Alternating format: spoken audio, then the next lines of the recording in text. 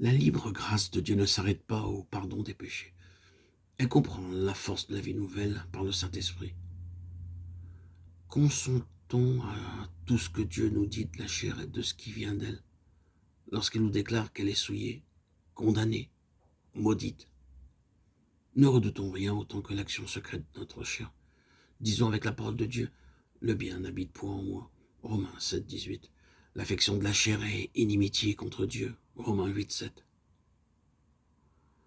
Demandons à Dieu de nous montrer que l'Esprit doit nous posséder tout entier si nous voulons lui plaire en toutes choses.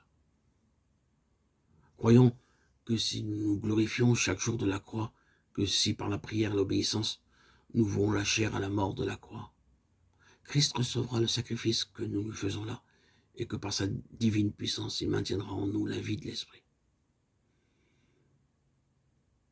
Nous apprendrons alors non seulement à vivre par l'Esprit, mais à vivre comme ceux qui ont été affranchis de la chair, après l'avoir crucifié. Et nous marcherons réellement par l'Esprit. Dieu de bonté, je te prie de me faire comprendre tout ce que ta parole m'enseigne quand elle me dit que je puis marcher par l'Esprit après avoir crucifié la chair, avec ses passions et ses convoitises.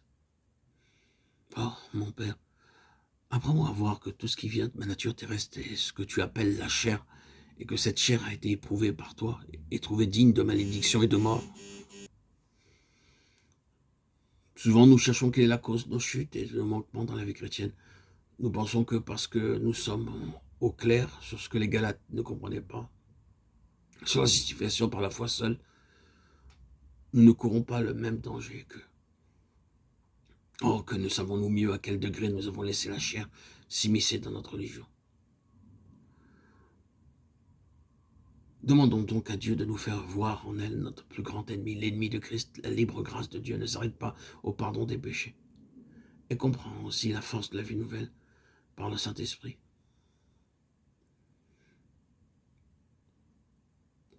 Consentons à tout ce que Dieu nous dit de la chair et ce qui vient d'elle.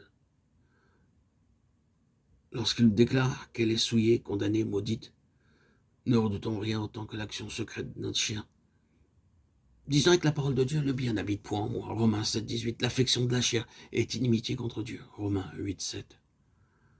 Demandons à Dieu de nous montrer que l'Esprit doit nous posséder tout entier si nous voulons lui plaire en toutes choses. Croyons que si nous nous glorifions chaque jour de la croix, que si par la prière et l'obéissance, nous vouons la chair à la mort de la croix, Christ recevra le sacrifice que nous nous faisons là, et que par sa divine puissance, il maintiendra en nous la vie de l'Esprit. Nous apprendrons alors non seulement à vivre par l'Esprit, mais à vivre comme ceux qui ont été affranchis de la chair. Après l'avoir crucifié, nous marcherons réellement par l'Esprit.